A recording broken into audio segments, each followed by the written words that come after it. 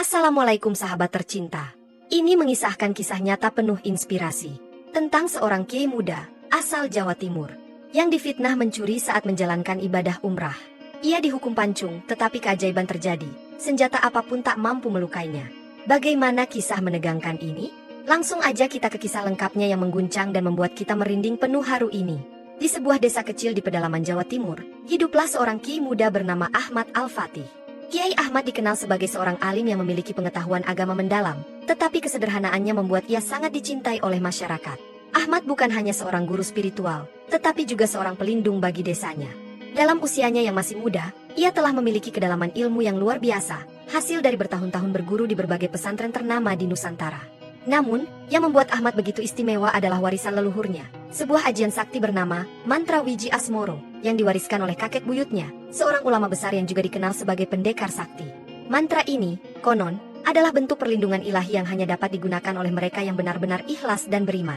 Ahmad tidak pernah menggunakannya sembarangan, ia hanya mengamalkan ajiannya untuk melindungi yang lemah dan melawan ketidakadilan. Pada suatu hari, Kiai Ahmad mendapatkan panggilan batin untuk menunaikan ibadah umroh. Dengan tekad bulat, ia mengumpulkan biaya selama bertahun-tahun. Keberangkatannya menjadi momen yang dinanti-nantikan oleh seluruh warga desa, yang dengan tulus mendoakan keselamatannya. Sebelum berangkat, ia memberikan pesan kepada murid-muridnya. Ingatlah, dalam hidup ini, keimanan adalah senjata terbaik. Segala yang terjadi adalah kehendak Allah, maka kita harus selalu tawakal. Setelah menempuh perjalanan panjang, akhirnya Kiai Ahmad tiba di Tanah Suci. Ia merasa takjub melihat Ka'bah untuk pertama kalinya. Hatinya dipenuhi rasa syukur yang tak terhingga. Setiap langkahnya di Masjidil Haram adalah doa, dan setiap detik di sana adalah zikir. Ia menghabiskan waktu dengan beribadah, memperdalam makna spiritual, dan merenungkan betapa kecilnya manusia di hadapan kebesaran Allah. Namun, kehidupan tidak pernah lepas dari ujian. Di sela-sela ibadahnya, sebuah peristiwa tak terduga terjadi. Pada suatu malam, ketika Kiai Ahmad sedang bermunajat di sebuah sudut Masjidil Haram, seorang pria asing mendekatinya. Pria itu bernama Hamzah, seorang saudagar dari Timur Tengah. Dengan senyuman ramah, Hamzah mengajak Ahmad berbincang, mengaku tertarik dengan pakaian khasnya dan gaya bicaranya yang lembut. Percakapan mereka berlangsung akrab, hingga akhirnya Hamzah meminta Ahmad untuk menemaninya ke sebuah pasar di dekat Mekah keesokan harinya. Tanpa curiga, Ahmad menerima tawaran itu. Keesokan harinya, mereka berjalan bersama ke pasar, yang dipenuhi hiruk-pikuk pedagang dari berbagai penjuru dunia. Namun, di tengah keramaian, Hamzah tiba-tiba berteriak, "Pencuri! Dompetku dicuri!" Teriakan itu menarik perhatian banyak orang, dan dalam sekejap, mata mereka tertuju pada Kiai Ahmad. Hamzah dengan penuh amarah menudingnya sebagai pelaku. Kiai Ahmad yang terkejut hanya mampu berkata dengan tenang, "Demi Allah, saya tidak melakukannya." Namun, kata-katanya tidak cukup untuk menghentikan kemarahan massa. Ahmad segera ditangkap oleh para petugas keamanan. Ia dibawa ke kantor pengadilan, di mana Hamzah memberikan kesaksian palsu, menyatakan bahwa Ahmad mencuri dompetnya yang berisi uang dalam jumlah besar. Meski Ahmad terus menyangkal, tidak ada bukti yang dapat membebaskannya. Dalam waktu singkat, kabar ini menyebar luas. Seorang kiai asal Jawa mencuri di Tanah Suci. Begitu fitnah itu tersebar, mencemarkan nama baiknya. Kiai Ahmad merasa hancur, tetapi ia tetap berserah diri kepada Allah, yakin bahwa kebenaran akan terungkap pada waktunya. Di tengah semua itu, hakim memutuskan hukuman berat bagi Ahmad, hukuman pancung. Waktu eksekusi ditetapkan 3 hari lagi. Di malam sebelum eksekusi, Ahmad menghabiskan waktunya dengan salat dan zikir. Ia memohon kekuatan kepada Allah untuk menghadapi cobaan ini. Namun, sesuatu yang luar biasa terjadi. Di dalam selnya, Ahmad bermimpi didatangi oleh sosok seorang tua berjubah putih.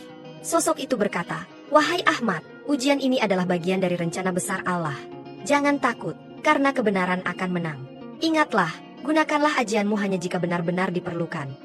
Ahmad terbangun dengan air mata mengalir di pipinya. Ia merasa yakin bahwa Allah tidak akan meninggalkannya. Ia memutuskan untuk tetap tenang dan menghadapi segala sesuatu dengan hati yang tabah. Hari eksekusi pun tiba. Di tengah terik matahari, ratusan orang berkumpul untuk menyaksikan eksekusi seorang pencuri yang dianggap mencemarkan Tanah Suci. Kiai Ahmad dibawa ke alun-alun dengan tangan terikat. Di hadapan Algojo yang telah menghunus pedang besar, Ahmad tetap tenang. Ia memejamkan mata dan membaca doa terakhirnya. Ketika pedang itu diayunkan ke arahnya, tiba-tiba sesuatu yang luar biasa terjadi. Pedang itu terpental seolah mengenai dinding baja yang tak terlihat. Semua orang yang hadir di sana terkejut. Algojo mencoba lagi, tetapi pedangnya kembali terpental. Tak satu pun senjata dapat menyentuh tubuh Ahmad. Kerumunan mulai gempar. Bisik-bisik memenuhi udara. Siapa dia? Bagaimana ini mungkin terjadi? Mereka mulai melihat bahwa Ahmad bukanlah orang biasa. Ada kekuatan ilahi yang melindunginya. Di tengah kebingungan itu, Ahmad tetap berdiri dengan tenang. Ia memandang hakim dan berkata, "Saya bukanlah pencuri. Allah adalah saksi atas kebenaran ini. Jika kalian ingin kebenaran, maka mintalah pertolongannya, bukan dengan menghukum orang yang tidak bersalah." Hari itu menjadi awal dari perubahan besar yang akan mengungkap kebenaran dan keajaiban yang lebih besar lagi. Kejadian luar biasa di tempat eksekusi Kiai Ahmad menyebar dengan cepat di seluruh penjuru kota. Para saksi yang hadir menceritakan bagaimana pedang tajam yang diayunkan oleh Algojo berkali-kali terpental seperti menghantam tembok baja yang tak kasat mata. Orang-orang mulai mempertanyakan kebenaran tuduhan terhadap Ahmad. Mereka penasaran, siapa sebenarnya pria muda ini, yang tampaknya dilindungi oleh kekuatan yang tidak bisa dijelaskan dengan akal manusia. Di tengah kegemparan itu, seorang ulama besar di Mekah, Syekh Abdul Jabbar, mendengar tentang peristiwa ini. Syekh Abdul Jabbar adalah seorang tokoh dihormati, yang dikenal tidak hanya karena keilmuannya tetapi juga karena kemampuannya membaca tanda-tanda keajaiban ilahi. Ia segera memerintahkan agar Kiai Ahmad dibawa ke kediamannya untuk diperiksa lebih lanjut. Hakim, yang mulai ragu pada keputusan sebelumnya, menyetujui permintaan itu. Dalam perjalanan ke rumah Syekh Abdul Jabbar, Ahmad tetap tenang. Ia tidak menunjukkan tanda-tanda kemarahan ataupun rasa takut. Para penjaga yang mengawalnya merasa heran, karena mereka tidak pernah melihat seseorang yang menghadapi hukuman berat dengan ketenangan seperti itu. Ketika tiba di rumah Syekh Abdul Jabbar, Ahmad disambut dengan penuh hormat. Syekh yang bijak itu memandangnya dengan mata penuh kebijaksanaan dan langsung tahu bahwa pemuda ini bukan orang biasa. "Siapa namamu, anak muda?" tanya Syekh Abdul Jabbar. "Saya Ahmad Al-Fatih, seorang kiai dari Jawa Timur," jawab Ahmad dengan suara tenang. "Ahmad, ceritakan kepadaku apa yang sebenarnya terjadi."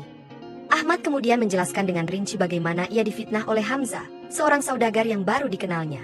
Ia menceritakan bahwa dirinya tidak pernah menyentuh dompet yang dituduhkan telah dicuri. Ia juga berbagi tentang mimpinya bertemu seorang tua berjubah putih, yang memberinya kekuatan untuk tetap tenang di tengah cobaan berat. Syekh Abdul Jabbar mendengarkan dengan saksama. Setelah Ahmad selesai bercerita, Syekh itu memejamkan mata, seolah sedang berdoa atau memohon petunjuk. Ketika ia membuka matanya, ia berkata, "Wahai Ahmad, Allah tidak pernah membiarkan hambanya yang benar dirugikan. Aku percaya bahwa engkau adalah korban fitnah. Izinkan aku membantumu membersihkan namamu." Syekh Abdul Jabbar kemudian memanggil Hamzah untuk memberikan kesaksian ulang. Hamzah, yang merasa posisinya kuat, datang dengan percaya diri. Di depan Syekh, ia kembali menuduh Ahmad sebagai pencuri. Namun, kali ini Syekh Abdul Jabbar menggunakan metode yang tidak biasa. Ia meminta agar semua barang milik Hamzah diperiksa dengan teliti. Dalam proses itu, sesuatu yang mengejutkan ditemukan. Di balik lipatan pakaian Hamzah, ditemukan sejumlah uang dan perhiasan yang persis seperti yang ia tuduhkan telah dicuri. Para penjaga dan saksi yang hadir terkejut. Hamzah, yang tadinya penuh keyakinan, mendadak pucat. Ia mulai gagap ketika ditanya lebih lanjut. "Apakah ini milikmu, Hamzah?" tanya Syekh Abdul Jabbar dengan nada tegas. Hamzah tidak dapat menjawab. Ia tergagap, mencoba mencari alasan, tetapi semakin banyak bukti yang memberatkan dirinya. Akhirnya, di bawah tekanan, Hamzah mengakui bahwa ia telah memfitnah Ahmad untuk menutupi kejahatan lain yang telah ia lakukan. Ia mengaku bahwa ia mencuri uang dari rekan bisnisnya dan mencoba mengalihkan perhatian dengan menuduh orang lain. Setelah pengakuan itu, hakim yang sebelumnya menjatuhkan hukuman kepada Ahmad segera membatalkan keputusannya.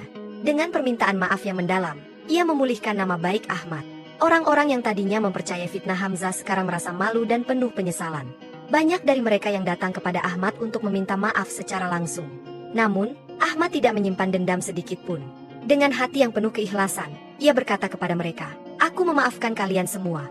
Ini adalah ujian dari Allah untukku, dan aku bersyukur telah diberi kesempatan untuk melewati cobaan ini." Setelah pembebasannya, Ahmad diundang untuk tinggal sementara di rumah Syekh Abdul Jabbar. Di sana, ia menghabiskan waktu untuk berbagi ilmu dan memperdalam pemahamannya tentang agama. Namun, keajaiban belum berhenti. Pada suatu malam, Syekh Abdul Jabbar bermimpi bahwa Ahmad adalah seseorang yang memiliki tugas besar dari Allah, seorang pelindung umat yang akan membawa kedamaian di tempat-tempat yang dilanda kekacauan.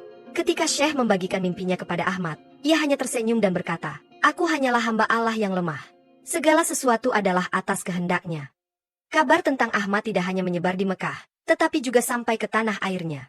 Warga desanya, yang sejak awal percaya pada kebaikan Ahmad, merasa bangga. Mereka tidak sabar menantikan kepulangannya. Namun, perjalanan Ahmad masih belum selesai. Di Tanah Suci, ia mendapatkan pelajaran baru tentang makna keikhlasan, sabar, dan keyakinan kepada Allah. Pelajaran itu akan menjadi bekalnya untuk menghadapi tantangan yang lebih besar di masa depan. Setelah dibebaskan dari tuduhan dan membersihkan namanya, Kiai Ahmad menjadi buah bibir di Mekah.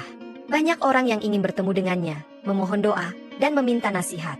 Meskipun demikian, Ahmad tetap rendah hati dan selalu menegaskan bahwa semua keajaiban yang terjadi adalah kehendak Allah, bukan karena dirinya semata. Namun, setelah beberapa minggu tinggal di Tanah Suci, Ahmad merasa waktunya untuk pulang telah tiba. Ia tidak ingin perhatian berlebihan, karena tujuannya adalah menjalani ibadah dengan khusyuk, bukan menjadi pusat perhatian. Dengan restu dari Syekh Abdul Jabbar, Ahmad memutuskan untuk kembali ke tanah airnya. Perjalanan pulang Ahmad tidaklah mulus. Ia menumpang sebuah kapal dagang yang membawa jamaah umrah kembali ke Nusantara. Kapal itu penuh sesak dengan berbagai barang dagangan dan penumpang dari berbagai latar belakang. Meski demikian, Ahmad memanfaatkan perjalanan itu untuk terus berdakwah.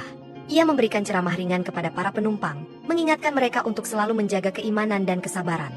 Namun, di tengah perjalanan, badai besar melanda lautan. Gelombang setinggi gunung menghantam kapal, membuat semua orang panik. Kapten kapal dan awaknya berusaha keras mengendalikan kapal, tetapi badai semakin mengganas. Beberapa orang mulai berteriak memohon ampun, mengira ajal sudah dekat. Di tengah kekacauan itu, Ahmad tetap tenang. Ia berdiri di dek kapal, memejamkan mata, dan mulai berdoa. Dengan penuh keyakinan, ia membaca doa keselamatan yang diajarkan oleh gurunya. Doanya begitu khusyuk hingga para penumpang yang panik mulai terdiam, menunggu keajaiban. Tiba-tiba, gelombang yang ganas mereda. Angin yang kencang mulai berhenti, dan laut yang sebelumnya bergolak menjadi tenang. Semua orang di kapal tertegun. Mereka memandang Ahmad dengan penuh rasa takjub. Kapten kapal, yang merupakan seorang pelaut berpengalaman, mendekati Ahmad dan berkata, "Apa yang engkau lakukan tadi, wahai pemuda? Laut yang bahkan kami takuti, tunduk kepadamu." Ahmad tersenyum dan menjawab dengan lembut, "Bukan aku yang menenangkan laut, melainkan Allah yang Maha Berkuasa. Kita hanya perlu berserah diri kepadanya." Ketika kapal akhirnya tiba di pelabuhan Jawa, kabar tentang Ahmad telah lebih dulu sampai ke desanya.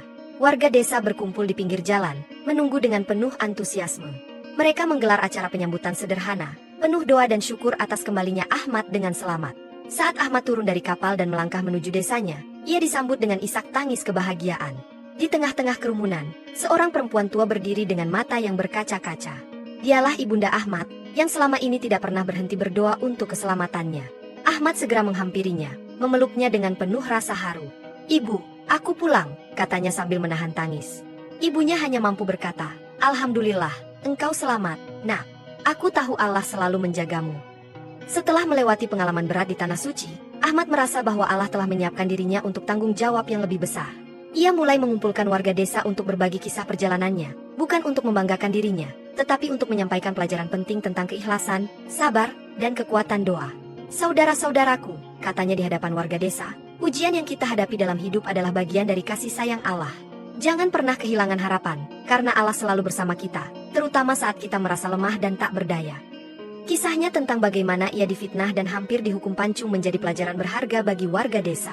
Mereka belajar untuk tidak cepat menilai orang lain, untuk selalu mencari kebenaran, dan untuk memperkuat hubungan mereka dengan Allah.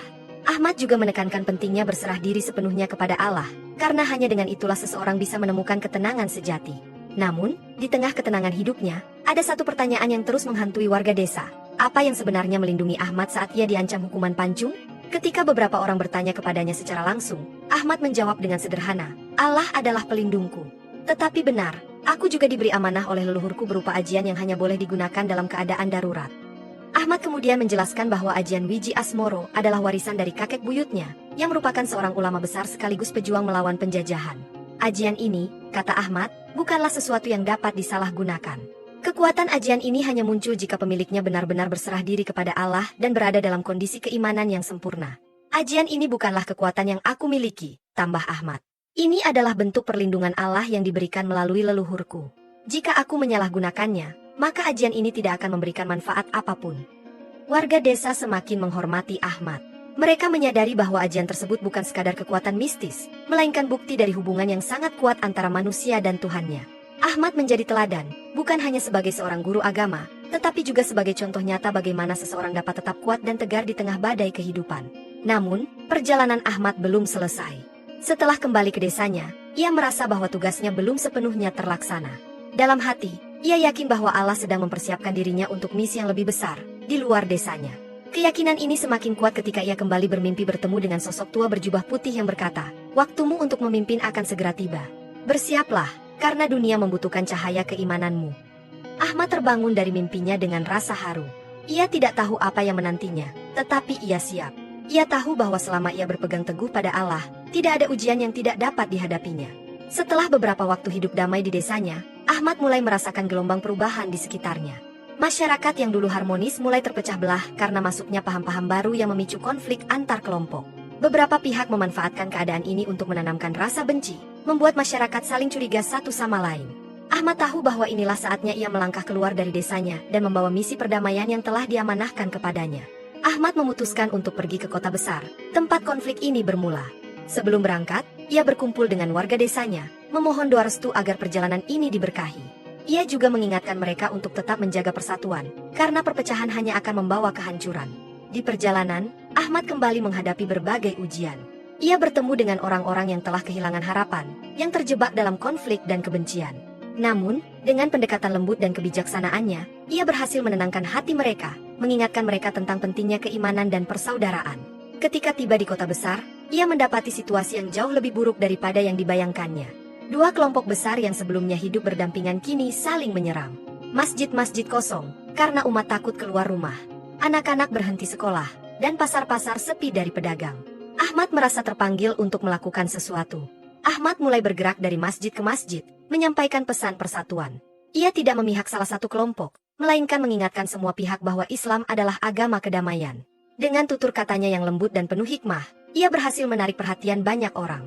Namun, tidak semua pihak menerima kehadirannya dengan baik. Ada sekelompok orang yang merasa terganggu karena kehadiran Ahmad mengancam kepentingan mereka. Kelompok ini adalah pihak-pihak yang diuntungkan dari konflik, karena mereka dapat menguasai sumber daya dan memperkaya diri di tengah kekacauan. Mereka mulai menyebarkan fitnah bahwa Ahmad adalah seorang penyusup, seorang asing yang ingin menghancurkan tatanan masyarakat. Fitnah ini menyebar luas, dan beberapa orang mulai ragu terhadap Ahmad. Tetapi Ahmad tidak pernah menyerah. Ia terus berdakwah dengan hati yang ikhlas, meskipun ancaman terhadap dirinya semakin besar. Kehadiran Ahmad akhirnya menarik perhatian penguasa kota, seorang pemimpin yang terkenal kejam dan tidak toleran terhadap perbedaan. Penguasa ini, yang merasa terancam oleh popularitas Ahmad, memanggilnya untuk diadili. Di hadapan ratusan orang, penguasa itu menuduh Ahmad sebagai provokator yang memicu kerusuhan. "Engkau datang ke kotaku, membawa ajaran yang memecah belah rakyatku. Apa yang engkau cari di sini, wahai orang asing?" tanya penguasa itu dengan nada penuh amarah. Ahmad, dengan tenang, menjawab, "Aku tidak datang untuk memecah belah, tetapi untuk menyatukan. Aku tidak membawa ajaran baru, melainkan mengingatkan kalian pada ajaran Islam yang sebenarnya, kedamaian, persatuan, dan kasih sayang." Penguasa itu tertawa sinis. "Jika benar engkau pembawa damai, buktikanlah sekarang. Apa yang membuatku percaya bahwa engkau tidak berbohong?" Penguasa itu memerintahkan Algojo untuk membawa Ahmad ke alun-alun kota. Di sana, sebuah ujian berat telah disiapkan. Ahmad akan dihadapkan pada ujian hidup dan mati.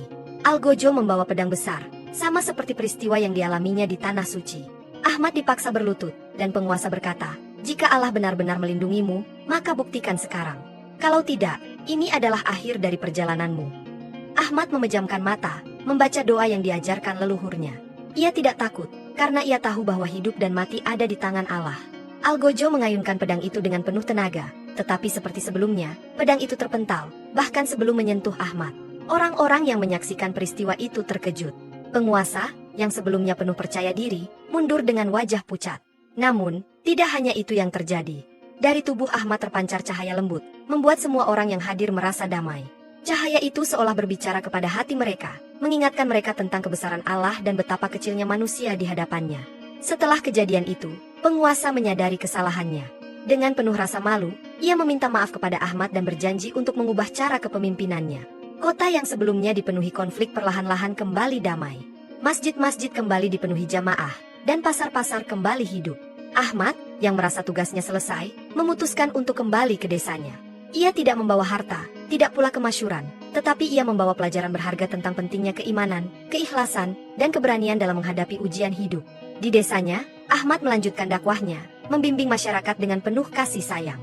Ia menjadi sosok yang dikenang tidak hanya sebagai seorang kiai, tetapi juga sebagai pelita di tengah kegelapan, seorang pembawa damai yang mengorbankan dirinya demi kebaikan orang lain.